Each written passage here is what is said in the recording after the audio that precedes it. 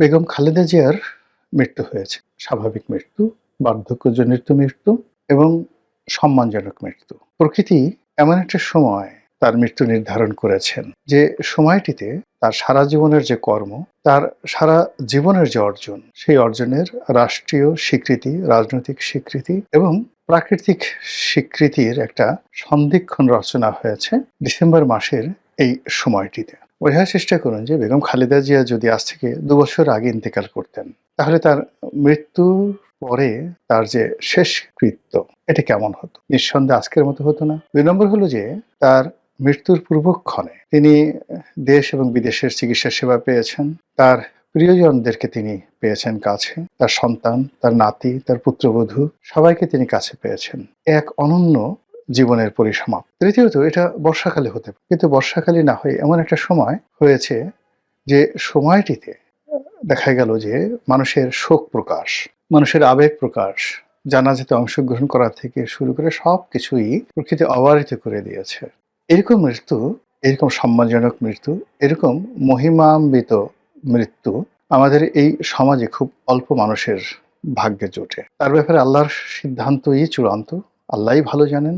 আমরা শুধু দোয়া করি অনন্ত লোকে তিনি যেন সুখে থাকেন, শান্তিতে থাকেন। এখানে একটা বিষয় হলো যে, যে বা যারা তাকে আঘাত করার চেষ্টা করেছেন বিভিন্ন সময়টিতে, কার্যত এখন অবস্থা দৃষ্টে মনে হচ্ছে যে তার জন্য উপকারের কারণ হয়ে দাঁড়িয়েছিল। যেমন তিনি যখন জেলে গেলেন, তার এই যে জীবিত কিন্তু তিনি জেলে আছেন, এই সময়টিতে নেতাকর্মীদের মধ্যে, বিএনপির নেতাকর্মীদের মধ্যে যে বন্ধন তৈরি হয়েছিল, যে মহব্বত তৈরি হয়েছিল, সেটি এখন বিএনপি তার সুফল পাচ্ছে।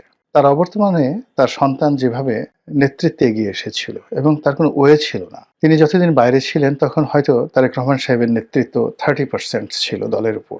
কিন্তু যেই মুহূর্তে তিনি জেলে গেলেন তখন তারেক রহমান সাহেবের নেতৃত্ব চলে এলো 95%। তো এই যে 95% যে তার নেতৃত্বের যোগ্যতা, তারা মানে যারা তাকে জেলে নিয়েছেন বেগম জিয়াকে, তারা এই তারেক রহমান সাহেবকে নেতা হিসেবে গড়ে উঠতে সহযোগিতা করেছেন। তার ফলে এই সময়টিতে পরিবর্তিত পরিস্থিতিতে তারেক রহমান সাহেব বাংলাদেশে আসার সাহস দেখিয়েছেন, শক্তি দেখিয়েছেন, যোগ্যতা দেখিয়েছেন এবং তার মায়ের শেষকৃত্যে তিনি উপস্থিত থাকার সৌভাগ্য অর্জন করেছেন।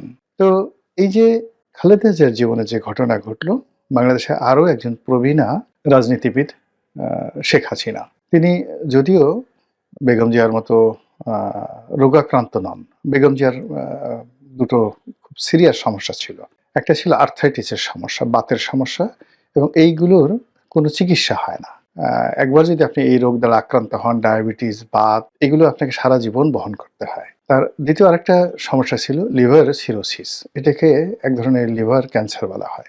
এটা একমাত্র হলো যে নির্দিষ্ট বয়স পর্যন্ত, সম্ভবত 50 বা 60 বছর পর্যন্ত একটা শরীর আপনাকে ধারণ করতে পারেন আপনি, যখন আপনার এই শরীর থেকে লিভারটা খুলে নিয়ে নতুন একটা লিভার লাগানো যায়। কিন্তু বেগম জিয়ার যে বয়স, সেই বয়সে আসলে এটা অপারেশন করা সম্ভব ছিল না। ফলে এই দুটো রোগ নিয়ে তিনি বেঁচে ছিলেন। তো সেই অর্থে শেখ হাসিনার কার্যত এরকম কোনো দৃশ্যমান রোগ আছে আমরা জানি না। তিনি এখনো শক্তিশালী, সামর্থ্যবান বা সামর্থ্যবতী এবং যথেষ্ট তার যে ব্রেইন, কথাবার্তা বলা, প্রত্যুৎপন্নমতিত্ব, নেতৃত্ব দেওয়ার ক্ষমতা এবং রেসপন্ড করার ক্ষমতা, এটি এখনো বহাল আছে। কিন্তু তারপরে তারও কিন্তু বয়স হয়েছে। তিনি বেগম জিয়ার খুব কাছাকাছি। তো এখানে আমি যেটি আতঙ্ক অনুভব করছি সেটা হলো, আমরা ছোটকালে একটা গল্প পড়েছি, কালা পাহাড় ধলা পাহাড়। তো সেই গল্পের আলোকে যদি আপনি বেগম জিয়া এবং শেখ হাসিনার রাজনীতি মূল্যায়ন করেন, তাহলে দেখবেন যে দুজন কিন্তু একজন অপরজনের পরিপূরক। তাদের জীবনের প্রাপ্তি এবং তাদের জীবনের অপ্রাপ্তি, তাদের জীবনের দুঃখ, কষ্ট, বেদনা এবং যা কিছু, এটা একে অপরের পরিপূরক। তাদের জন্ম প্রায় সমসাময়িক কালের, কর্মও তাদের সমসাময়িক কালের। তারা উভয়ই একজন পিতার পরিচয়, একজন স্বামীর পরিচয়। তারা পরিচিত, কিন্তু তাদের যাদের পরিচয় তারা পরিচিত ছিলেন, যেমন বঙ্গবন্ধু বা জিয়াউর রহমান সাহেব, তাদের যে জীবদ্দশায় ওনারা কখনো রাজনীতির কথা কল্পনাও করেননি। আবার তাদের অবর্তমানে প্রকৃতি এমন একটা অবস্থা করে দিয়েছে যে তারা প্রায় সমসাময়িক কালে রাজনীতিতে পদার্পণ করেছেন এবং একই পরিবেশে, একই মাঠে, একই রণাঙ্গনে ভিন্ন ভিন্ন অ্যাঙ্গেল থেকে দুজন যুদ্ধ করেছেন। দুজনের মধ্যে মনস্তাত্ত্বিক দূরত্ব ছিল, ঈর্ষা ছিল, ক্ষোভ ছিল, ক্রোধ ছিল। আবার তারা নিজেরাও হয়তো জানতেন না যে তাদের সঙ্গে, পরস্পরের সঙ্গে কি প্রাকৃতিক বন্ধন আল্লাহ তৈরি করে দিয়েছে। এরকম ঘটনা যখন ঘটে, আপনি যখন দেখবেন যে পৃথিবীর কিছু কিছু মানুষ একসঙ্গে আসে। যেমন বঙ্গবন্ধু যে সময়টাতে ছিলেন, ওই সময়টিতে বঙ্গবন্ধুর সমপর্যায়ের অনেক বিশ্ব নেতা, সেটা মার্শাল টিটো বলেন, ফিদেল ক্যাস্ট্রো বলেন, ইয়াসির আরাফাত বলেন, ইন্দিরা গান্ধী বলেন, তারপরে মিশরের আনোয়ার সাদাত বলেন, এরকম অনেকে ছিলেন যাদের সঙ্গে বঙ্গবন্ধুর বন্ধুত্ব ছিল। আবার যে সময়টিতে জিয়াউর রহমান সাহেব ক্ষমতায় এলেন, ঠিক সেই সময়টিতে পাকিস্তানে জিয়াউল হক, তারপরে অন্যান্য দেশে তার মতো যারা মিলিটারি জিনিয়াস ছিলেন, ইন্দোনেশিয়াতে সুহার্তো ছিলেন, তো সবাই জিয়াউর রহমানের সমপর্যায়ে যারা লোকজন ছিলেন সেই সময়টাতে ছিলেন। আবার শেখ হাসিনা খালেদা যে সময়টিতে এসছেন, ওই সময়টিতে আপনি দেখেন যে শ্রীমাবু বন্দ্যোপাধ্যায়ের কন্যা বেনজির ভুট্টো, বেগম খালেদা জিয়া, শেখ হাসিনা, মানে ওনারা সবাই ঠিক একই সময়ে রাজনীতিতে, ফিলিপাইনে কোরাজেন একুইনো একই সময় তারা রাজনীতিতে তাদের অভিষেক হয়েছে। ব্রিটেনেও মানে অনেক যারা মহিলা নেতৃত্ব হয়েছে, জার্মানিতে মহিলা নেতৃত্ব, এই সবাই সমসাময়িক কালের। তো যখন হয়, মানে একজন যখন আজরাইলের কবলে পড়েন, একজনের যখন মৃত্যু হয়, একজনের যখন সফল হন, একজন যখন সার্থকতা পান, ঠিক কাউন্টার আর একজনের ঠিক সেম ঘটনা ঘটে। যে দুর্ভোগ এবং দুর্দশা খালেদা জিয়ার জীবনে ছিল, সেই দুর্ভোগ এবং দুর্দশা এখন শেখ হাসিনাকে তাড়া করছে। এবং সেই দুর্ভোগ দুর্দশা যখন কেটে গেছে খালেদা জিয়ার, ঠিক সেই সময় শরীর তার সাথে বিট্রে করে বসেছে এবং তিনি প্রকৃতির ডাকে সাড়া দিয়েছেন, যেটি শেখ হাসিনার জন্য অনিবার্য। তো যেটা বলছিলাম যে বেগম খালেদা জিয়ার অবর্তমানে যেভাবে বিএনপি নেতৃত্ব প্রতিষ্ঠিত হয়েছে দেশে এবং দেশের বাইরে, শেখ হাসিনার অবর্তমানে সেই নেতৃত্বটি কি আওয়ামী লীগের মধ্যে প্রতিষ্ঠিত হচ্ছে? এর কারণটা হলো যে আমাদের এই দেশের, আমি যতটুকু রাজনীতি মানে বোঝার চেষ্টা করেছি, 1970 সাল থেকেই আওয়ামী লীগের বিরুদ্ধে অনেকগুলো রাজনৈতিক দল দাঁড়ানোর চেষ্টা করেছে। এর মধ্যে আওয়ামী লীগের যারা সবচেয়ে জুয়েল, ছাত্রলীগের সবচেয়ে জুয়েল, তারা জাসদ করার চেষ্টা করেছে, বাসদ করার চেষ্টা করেছে, তারপর তারা গণফোরাম করার চেষ্টা করেছে, কৃষক শ্রমিক পার্টি করার চেষ্টা করেছে কাদের সিদ্দিকের নেতৃত্বে, তারপর বাকশাল আব্দুর রাজ্জাক সাহেবের নেতৃত্বে বাকশাল করার চেষ্টা করেছে, আরও অনেক। একাগারের সময় সেই সংস্কারবাদী আওয়ামী লীগ করার চেষ্টা করেছে, কিন্তু আওয়ামী লীগের বাইরে কোনো দল করা যায়নি। একইভাবে বিএনপি বহুবার ভেঙেছে, বহু লোক গিয়েছে, তৃণমূল বিএনপি, তারপর এসেছে জনতা দল, আরও কত দল, কিন্তু বিএনপির বাইরে নেওয়া যায়নি। জিয়া পরিবারের বাইরে, শেখ পরিবারের বাইরে রাজনীতি নেওয়ার বহু চেষ্টা হয়েছে, এখনো হচ্ছে, কিন্তু কোনো অবস্থাতেই হালে পানি পাচ্ছে না।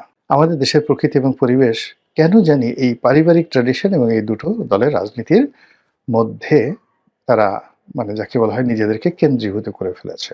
তো সেই অর্থে বিকল্প চেষ্টা করা যেতে পারে। আপনি ধরুন এই যে গত 17 মার্চ ধরে বা 16 মার্চ ধরে জুলাই আগস্ট বিপ্লবের পর ডক্টর মোহাম্মদ ইউনূস কি না করেছেন, জামাত কি না করেছে এই সময়টিতে সকল ইসলামিক দলগুলোকে একত্র করার জন্য, কিন্তু তারা তো পারেনি। এনসিপি কি না চেষ্টা করেছে, এনসিপির সঙ্গে তাবৎ পৃথিবীর অনেক বড় বড় শক্তি চেষ্টা করেছে যে এই তরুণদের দলটি প্রতিষ্ঠা পাক, কিন্তু বানের জলের মতো তারা বিএনপির জোয়ারের সামনে ভেসে যাচ্ছে। এই যে একটা অবস্থা, সেই অবস্থার প্রেক্ষিতে বিকল্প নেতৃত্ব তৈরি করার চেষ্টা হবে, আগামীতে হবে, এখনো হচ্ছে, এবং এটা ভালো। কিন্তু তার সঙ্গে সঙ্গে যেটা আমাদের আছে, বিএনপি আছে, আওয়ামী লীগ আছে, এই দলগুলোর মধ্যে যদি ভালো নেতৃত্ব তৈরি হয়, যেহেতু এর বাইরে আমরা জনগণকে নিতে পারছি না, জনগণের মন মানসিকতাকে নিতে পারছি না, ফলে এই দলগুলোর মধ্যে যদি ভালো নেতৃত্ব তৈরি হয়, এজন্য যদি আমরা সাহায্য করি, সহযোগিতা করি, বুদ্ধি দেই, পরামর্শ দেই, উৎসাহ দেই, তাহলে হয়তো দেশের জন্য তুলনামূলক ভালো হবে এবং ওই যে একটা কথা আছে না যে গ্রামে এক ডাক্তার, হাতুড়ি ডাক্তার, ভীষণ রকম জনপ্রিয়। তো সেই গ্রামে একজন এমবিবিএস ডাক্তার এলেন। এখন এমবিবিএস ডাক্তার এলেন কিন্তু এমবিবিএস ডাক্তারের কাছে কোনো রোগী যায় না। এমবিবিএস ডাক্তার দেখলেন যে এই জনপ্রিয় যে হাতুড়ি ডাক্তার, তিনি যে অপারেশন করেন, তারপরে তিনি যে আ দাওয়া দেন, ওষুধ দেন, অনেক ভুল হয়, ভ্রান্তি হয়। এবং অনায়াসে তিনি যেভাবে সিজারিয়ান অপারেশন করেন, বড়, বড় ফোঁড়া কেটে ফেলেন, তিনি দেখেন যে এগুলো সফল হয় কিন্তু প্রায় সব ক্ষেত্রে মৃত্যু ঝুঁকি থাকে। কিন্তু তিনি না ডাক্তারকে বোঝাতে পারছেন, না জনগণকে বোঝাতে পারছেন। তো সেই অবস্থাতে তিনি অনেক পরিশ্রম করে সেই যে হাতুড়ে ডাক্তার, তাকে সেই ডাক্তারের ট্রেনিং দিলেন, ডাক্তারি বই পড়ালেন। তাকে দক্ষ করলেন, অভিজ্ঞ করলেন এবং অভিজ্ঞ করার পর দেখা গেল যে তিনি আর আগের মতো ওভাবে চিকিৎসা করেন না, ওইভাবে অপারেশন করেন না। তো আমরা যেহেতু আমাদের এই কাজগুলো আওয়ামী লীগকে দিয়েই করাতে হবে, বিএনপিকে দ্বারাই করাতে হবে। তো সেক্ষেত্রে এই দুটো দলকে নিরপেক্ষ দূরত্ব থেকে এই দলের কাছে কোনো আশা না করে, এই দলগুলোর কাছ থেকে কোনো সুবিধার চিন্তা না করে বা এদের সাথে কোনো শত্রুতা না করে, এদের যাতে ভালো হয় সেই বিষয়গুলো যদি পরামর্শ দেয়া যায়, এদের যে মন্দ কাজগুলো রয়েছে সেগুলোকে যদি নিরপেক্ষভাবে সমালোচনা করা হয়, তাহলে হয়তো আমাদের যে রাজনীতি আগামী দিনে এই দুটো দলের মাধ্যমে তুলনামূলকভাবে ভালো হবে। ভারতের উদাহরণ দেই। ভারতে যখন রাহুল গান্ধী এলেন, তাকে নিয়ে সে কি ঠাট্টা, সে কি মশকরা। কিংবা সোনিয়া গান্ধী যখন এলেন, তাকেও নিয়েও কিন্তু প্রচণ্ড ঠাট্টা মশকরা হলো। ভালো মতো ইংরেজি বলতে পারে না। এরপরে পারিবারিক রাজনীতি, ইটালি থেকে এসছে, বিদেশি, রাহুল গান্ধী এ কি বুঝে, গর্দভ ইত্যাদি নানা রকম কথাবার্তা। কিন্তু এত কিছুর পরেও যখন কংগ্রেসের রাজনীতি গান্ধী পরিবারের বাইরে নেয়া গেল না, তখন কংগ্রেসের মেধাবী এবং দেশের যত মেধাবী যারা লোকজন আছে, তারা সোনিয়া গান্ধী, রাহুল গান্ধী এবং প্রিয়াঙ্কা গান্ধী, তাদেরকে এমনভাবে গ্রুমিং করা হলো। সেই গ্রুমিংয়ের প্রেক্ষাপটে আপনি দেখেন যে আজকের যে রাহুল গান্ধী, তিনি একজন বিশ্বমানের নেতায় পরিণত হয়েছেন। অথচ ১০ বছর আগে তাকে পাপ্পি হিসেবে ডাকা হতো। পাপ্পি। তো পাপ্পি বলতে কি? মানে আপনি বুঝেন যে আ আমি আর বললাম না সেই শব্দটি। তাকে পাপ্পি হিসেবে বা পাপ্পা হিসেবে ডাকা হতো। সেই পাপ্পি বা পাপা এখন পার্লামেন্টে বক্তব্য দিলে সারা দুনিয়ার মানুষ মন্ত্রমুগ্ধের মতো শুনে। তিনি যখন মিডিয়া ফেস করেন, সারা পৃথিবীর মানুষ তাকে শোনে। আর প্রিয়াঙ্কা গান্ধী তিনি তো একেবারে ডুপ্লিকেট হয়ে গেছেন ইন্দিরা গান্ধীর। কি পার্লামেন্টে কি বাইরে।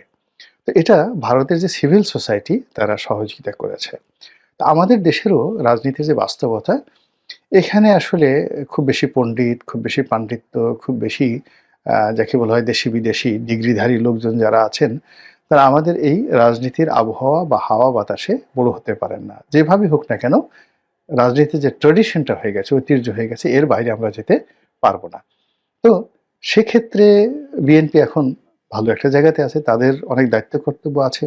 আমাদের নাগরিক সমাজ তাদেরও আছে এবং আওয়ামী লীগের যারা লোকজন আছেন তাদেরও আছে। তাদেরকে বুঝতে হবে যে একই সময়ে শেখ হাসিনার এবং খালেদা জিয়ার যেভাবে উত্থান হয়েছে, একইভাবে আপনি মিলিয়ে দেখেন শেখ হাসিনা খালেদা জিয়ার জীবনে যে ট্র্যাজেডিটা এসছে, খালেদা জিয়ার এই মৃত্যুর পরে আপনি ধরে নেন প্রকৃতির নিয়ম যে শেখ হাসিনা বেশি দিন বাঁচবেন না।